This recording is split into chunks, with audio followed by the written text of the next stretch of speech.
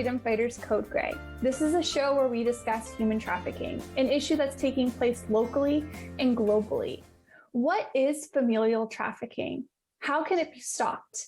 And if someone's in a situation of familial trafficking, how can they exit safely? In today's episode, I have with me Juanita, who's going to share her expertise on this topic. Thank you so much for taking the time to join me today, Juanita. Good afternoon. How are you? Thank you for having me. Hi. Yeah.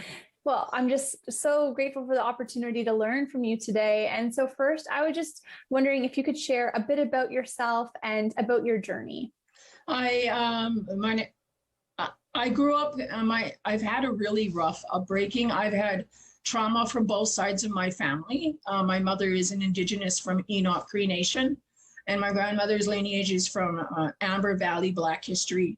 So, we had a lot of trauma, walking in a lot of trauma. That's why it was hard. But I want to start off by saying I forgive my parents for what they did to me, because they wouldn't have did it to me if someone hadn't did it to them. So I honor them in today and why I say that. So I grew up, everybody for themselves. I grew up in addiction, mental illness, drugs, sexual exploitation. And I was basically groomed as a child from a familial exploitation. But I walked those streets for 25 years and I used for 25 years. And then I was so grateful to find my daughter. I realized one day I had to break the chain and take a different direction. And so due to my children and my need to change, I have moved forward. I have been clean now for almost 25 years, because I'm old, 20 years maybe. And I work at CEASE, which is the Center to End All Sexual Exploitation. So I have taken my trauma and my expertise and turned it around to help other little sisters move forward, because human trafficking and exploitation is the number one moneymaker in my world. And so I'm grateful to journey forward and continue to help the best that I can and live within my own. Like, I just had a counseling appointment this morning. As you can see, I'm on oxygen. And so I teach these children to respect your body. Health is wealth. So I just try to go along and support. Yeah. Wow, Juanita, you are an inspiration. And I just want to thank you for your courage to share some of your story, but also for the courage that you face every day to help those who have experienced trafficking, but also to be a mom and to care for your children. And just so grateful for breaking the link. My daughter's trying to study to be a lawyer, and my son is, he's living, paying rent, he's clean. So, and my other son has two beautiful, so I'm breaking it. And that's what it's about. It's about every one of us making steps to break the chains that have held our peoples down for so long. Yeah. Absolutely. Well, thank you for the work that you're doing to break those chains and to break that cycle of trauma in your own family, but in other people's lives as well. Mm-hmm. So why do you advocate for those who have experienced or are experiencing trafficking? What has led you to continue into this particular space of work? Well, what happened to me 45 years ago is still happening today. I was groomed and sold to a pedophile for drugs at the age of 9, and he handcuffed me to the bed. He, stuck a needle in my arm, and that's how my life began. And so as I sit here now, another child is being drugged and exploited and hurt. So my goal is, and being trafficked, so my goal is to give the voices to the ones that can't, and the ones who have a voice, lift them up stronger. Because when we work together, we build a stronger wheel. So I honor my other sisters and brothers and LGBTQ plus who have done the journey, and now they're moving forward to make change it's about the next generation. It's not even about us now. It's about today and moving forward. Yeah. Juanita, I was wondering if you could help explain to our viewers what is familial trafficking? We know there's lots of different kinds of trafficking, and this is one folks may have not heard of before. So what is that exactly? What does that mean? Familial trafficking is when you are trafficked within your own family, when your own family members are trafficking you, when your grandmother, has a part in it. Like I was young, going up to the door would open, and my family was all engulfed in exploitation. My grandmother, my dad, my aunts were sex trade workers, not all of them, but they were all sex trade workers. The boys were all drug dealers and pimps. It was just engulfed. And familiar exploitation is almost like it's born, it's engulfed, it entwined in your skin and bone and muscle.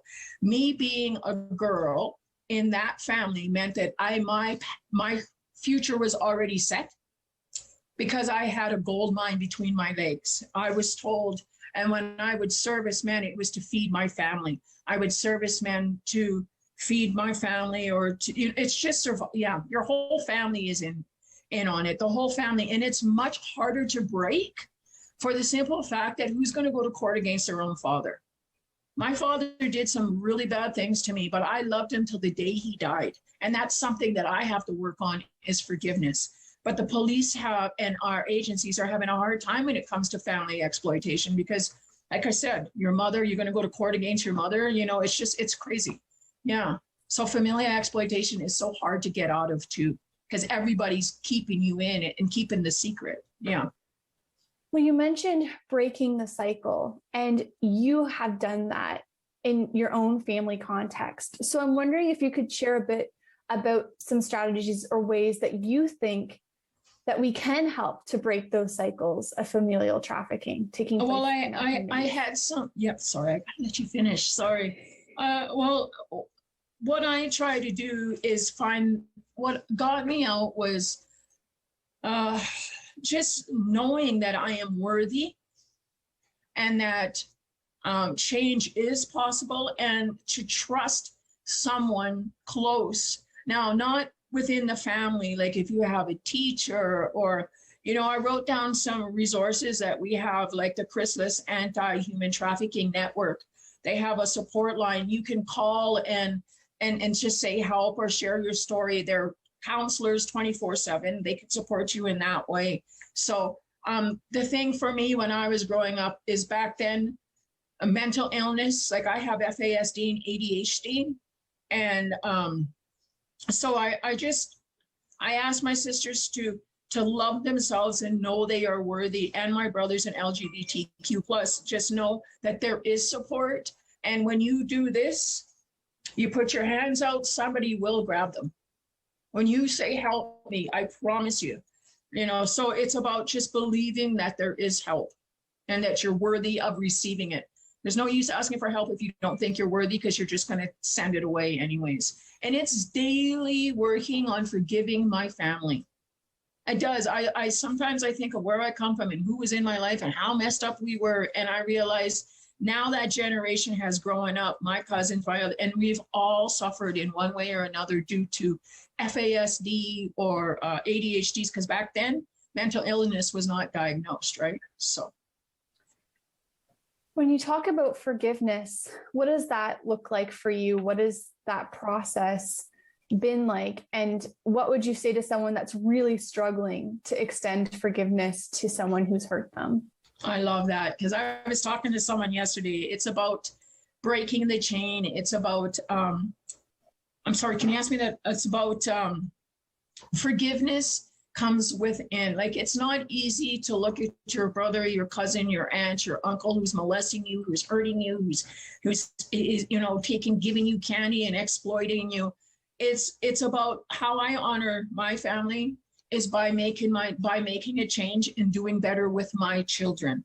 Now, my mother did the best she could with what she had at the time, and for that I have to accept. And now it's me doing the best I could with the resources that I have in this time. People have to realize time has changed, and we do grow up, and you will have children, you will move forward. You need to break that chain and understand what's done is, to me, I know is horrific. And I go to counseling. I have a group. I'm trying my best to just give and support myself with other survivors, because your story is important. What happened to you, you can change to help others. So you can turn that sadness around to turning to supporting others about coming up next, or to another peer. This is how I got out. Am I out? Yeah, but am I scarred for life? Yes, but I'm working on that. And so, yeah.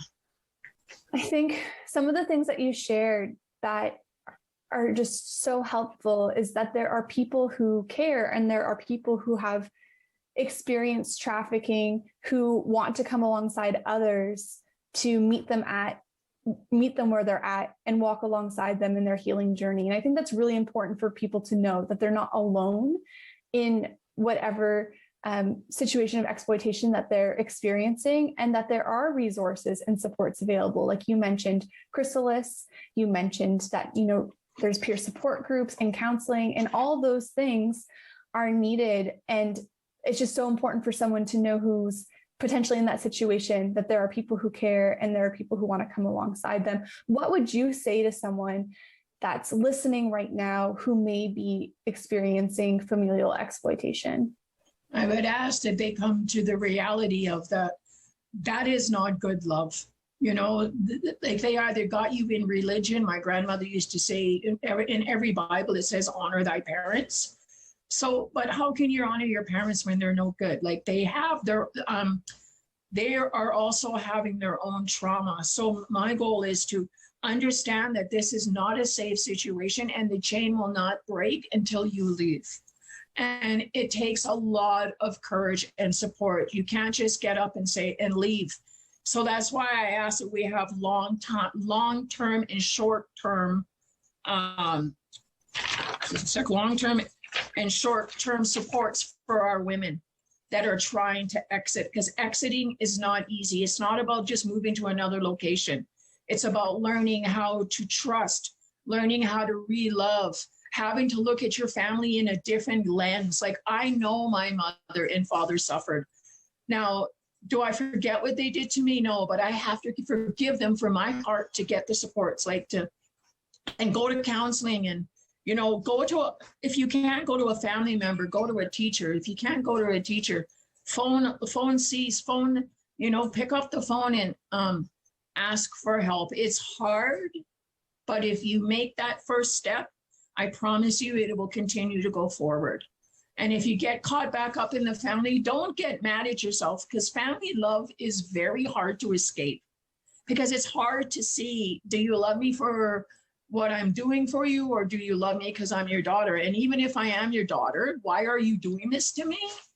It's a lot of stuff to unravel. So get the counseling, get the help, one step at a time. Yeah. One step at a time. Well, Juanita, it is such an honor and a privilege to learn from you today. And I want to thank you again for your courage to share with me and to our viewers and listeners. We're going to take a short break and then continue our discussion.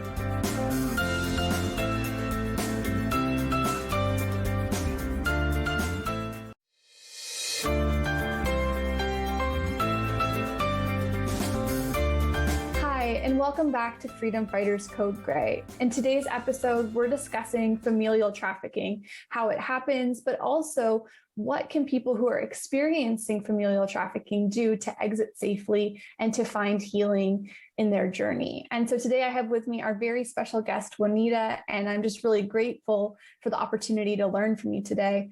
Juanita, I know and I'm aware of that you lead a group called Sisters for Sisters. What is that? And what have you learned from being a part of this group?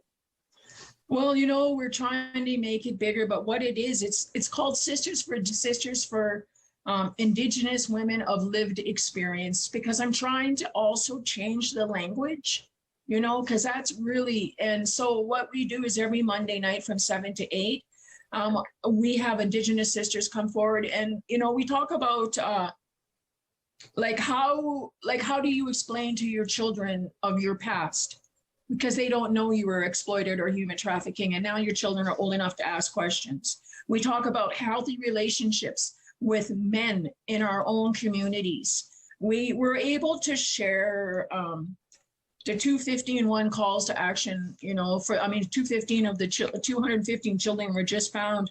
We were able to have a conversation about how we truly feel.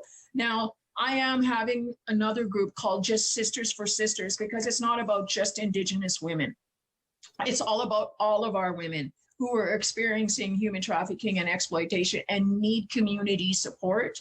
And due to COVID, we're doing it online. And sometimes we have lots of sisters and sometimes it's just us three. But I have a trained counselor and a peer that is working on her practicum. And so what we're trying to do is just let our sisters across Canada to know that you are not alone. Healing is here, and I will work once, like, we're just not alone. And yeah. And when you've been in this space and connecting with these women, what are some of the lessons that you've learned from their sharing and from their vulnerability? You know, one of the ladies were really talking about relationships and men and how we look to them. And it made me realize that when you come from human trafficking and familial exploitation, and it's your point of view on men are very distorted, right? Because every man that has ever come to me has either sold me or abused me. So where do I go in the future? And then we talk about, I learned that I'm raising a son, you know, and my boys, and I need to teach them. So, and we have 3 women. We have one that's LGBTQ, beautiful. We have an elder who her grandson sets it up, and she said she just loves to come every week. She brings her bannock and tea, and sometimes we just have check-ins. Like, how are you truly feeling? Because nobody really asks that question. And especially if they know you're exploited or you're a victim of human trafficking, they're already coming to you with sympathy and say, no, just ask me how I'm doing. So I'm learning that I'm not alone, and the connections are deeper and wider than you think. And it's not just sorry stories for Indigenous women. We've got, like, we have women that are in high places doing wonderful things. So we try to, next time we're going to get a book and we're going to study one book, all of us together, to upraise our voices. So we're just trying to build us up and not take us down. Yeah. So beautiful. So beautiful. I'm so grateful that this safe space exists. From your experience and your perspective, why is community so essential in your and other people's healing journey? Well, loneliness is a real dark feeling when you're laying on the bed and men are coming at you 24/7, and your family's telling you to survive, and you know the despair you're feeling. Like, we have mental illness, we have addiction, you know, and right now, because of colonialism in the past, we're still dealing with it in the future, because it didn't just stop at that residential school. What they did to my mother, she did to me. And then what I did to my daughter at the first 6 months she was born, I wasn't really a good mother at first, but I had to learn those skills. So I think community gives us a different point of view. Community brings all people together, all agencies, and that's what we need to combat human trafficking and exploitation, is a one-stop shop. You have to have police, rape, you have to have counselors, you have to have Indigenous elders. Like, you bring a group to support, and you will rise, you will learn to grow and love yourself and stuff. Because when you're in a home by yourself and no one's there, and you think this is only me, trust me, you're not, little sister or brother. Like, you have us here to hold you up, because nobody held me up at that age. Nobody, but I'm here to say, hey, sisters, I am here. I just did a video interview just recently with 2 young sisters of human trafficking and exploitation. And I just wanted to give them a safe space to share, because people think, oh, you're a prostitute, you're a hooker. We need to change those words. And women of lived experience, sisters, you will get out. Brothers, you will get out. Find it within yourself to fight out of wherever you are, ask for help, and trust in the Creator will take you to a direction where you need to be. Yeah. And forgiveness. I know it's terrible, but, you know, I just find that for all of them, and we also do Stop the Sex Trade Offender program. When the men get arrested, they come to a full day course, and we educate them about STIs, and it's not just a one stop, you get a blowjob and go home. No, you're hurting the woman, you're hurting the community, and you're hurting your wife. And so what we try to do is just educate them. And we have less than 97% revisitism because people learn. So, but I'm going on. Go ahead. That program is incredible and so impactful. And something as I'm reflecting on as you're sharing is that there are so many different needs and supports required to fight trafficking, from education, educating the men, from counseling and mental health support services for people who are exiting, from ensuring that there's community and connections and people with lived experience to find safe spaces. Like, it requires so many different approaches, correct? We need the government and policing to, I'm grateful to see that we did that interview for the Edmonton Police Service, and I had that down and I'll send it to you. But they're starting to realize that we need change, and human trafficking is so hard for people to truly understand because it's not so visible. And when it is, they don't know what to do, which I get it, but you can't ignore it. And I want everybody to know that there's somebody somewhere in your family, somewhere. We are all connected to exploitation and human trafficking and addiction somewhere along our family line. So the best you can do for yourself is educate yourself and get as many resources as you can. Yeah. Juanita, I know that you are a part of a team at the Center to End All Exploitation. What is the center? What are some of the things the center is doing? And what's your role on the team? I've been at CEASE for 16 years, and they took me as I am. I had a criminal record, so we're hiring peers with no record because we find that is a real problem. We have one thing I really want to be proud of our groups. We have an Empower You, which helps you with finance and help you to savings and make you understand, because the relationship you have with money when you're human trafficked or exploited, that relationship about money still follows you until you learn how to save so you don't end up back in the same, right? So we have an Empower You program to help you with understand finances. We have a support, court support for women who choose to come forward and want to testify. We support them from the beginning way to the end. We'll go to court with them. We'll take you to the police station. We got great relationships with police officers right now. They're working to help us combat, because they just had the human trafficking unit, they're trying. And so we have that. We have court support. We have peers that are answering phones 24/7, no, from 9 to 5. But when another peer answers, we get what you're saying, as opposed to, like, I don't know. So we also have bursaries. They're not very big, but they're like $1,200 or whatever. And our goal is to help them. If you need one course to move on, let us help you with that one course. We don't do nails or hair or anything but if you need, then we give you bursaries, right? We're trying to give you an education. We're trying to give you finances. We're trying to give you peer support, which I do. I do peer support. I phone all my sisters every once in a while. How you doing? Where are you at? What can I do to help? We have another peer who helps with housing, and it's called Building Blocks for Families. And we help women who have children, because exiting is not about just exiting. It's about getting that support all the way around, because it's a lifetime of damage. So you really need long-term and short-term support. And then we also have something, we're dealing with mental illness and addictions. So we got some naloxone kits in our office, not that anybody's using there, but we're always trying to be aware. And we work with Chrysalis Anti-Human Trafficking. And we're just trying to combat sexual violence. Because I want to say also, when people, they high anarchy where, well, she's on the street, well, she's in a studio, she's in a hotel. Whether you sell yourself for $5 or $500 on a mattress in a hotel, you're still selling your spirit. You're still hurting, right? So people have to realize, when you're sleeping with men, they're taking pieces of you and putting a piece of them in there.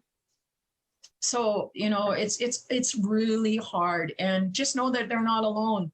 Call someone, ask for help. And if you see something that's not wrong, do something, say something, because you could save that one life, right? Like if you're in a hotel and you notice a young girl is standing there, maybe she's or on the side of the road, like that kind of stuff. You give service every day of doing the right thing and things will change. So many words of wisdom, Juanita, and so much great work that CEASE is doing. And I'm so grateful for all the important work that you and your team are doing to support people who've experienced exploitation, but also to prevent it. And the phone lines. Go ahead. The phone lines are phoning every day. We pick up that phone, somebody wants out, and we're having problem finding beds. We're having problems finding treatment. Like, let's pull that in, because it's not about just the exploitation. It's everything that comes with it, the mental illness, the money issues. Like, you can't quit. Like, we got girls who quit and don't manage their money and they're right back in. But go ahead. Now you can ask a question. Go ahead. Just really quickly, in about 1 minute, could you just share how viewers could get involved and support the great work that you and your team are doing, and anything else that you'd like to add? Well, they can donate to our organization because we're a nonprofit. If they're like, no, I don't want to get, because every dollar we use, or they can go down themselves and please offer water to the homeless, to our sisters on the street, bring food, give mitts in the wintertime. And if you want to work up higher in the government, write letters, ask for change, share those stories of what you've learned and saw. Don't expect CEASE to always share stories. No, share the ones Like just yesterday, I spoke to a woman whose cousin was human trafficked, and she was asking me, how do I honor her? Well, get up every day and do service to others. Share her story. It's about us supporting each other. Either you go government and write letters, or you go local and donate to organizations, or you look within your own family. Look, really open your eyes and look and see in your own family that if you think something's going on and it's wrong, then, I don't know, bring napkins with stuff on them. Like right now we have lipstick tubes, and you hand them out, and it has, when you take the top off, it has supports in the middle for human trafficking and exploitation. That's so incredible. Little things like that, right? Yes, there's so many ways. There's so many ways that people can get involved. And Juanita, I just want to say again, thank you so much for your time to share with us today and to learn from your experience and also your knowledge and expertise. You are so courageous and inspiring. If you are watching our show today and you're in immediate danger and it's safe to do so, please call 911. Otherwise, yes, for information and support related to trafficking, you can call the Canadian Human Trafficking Hotline 24/7 at 1-833-900-1010. Again, that's 1-833-900-1010. Thanks so much for tuning in today, and we hope to catch you next time on Freedom Fighters Code Gray.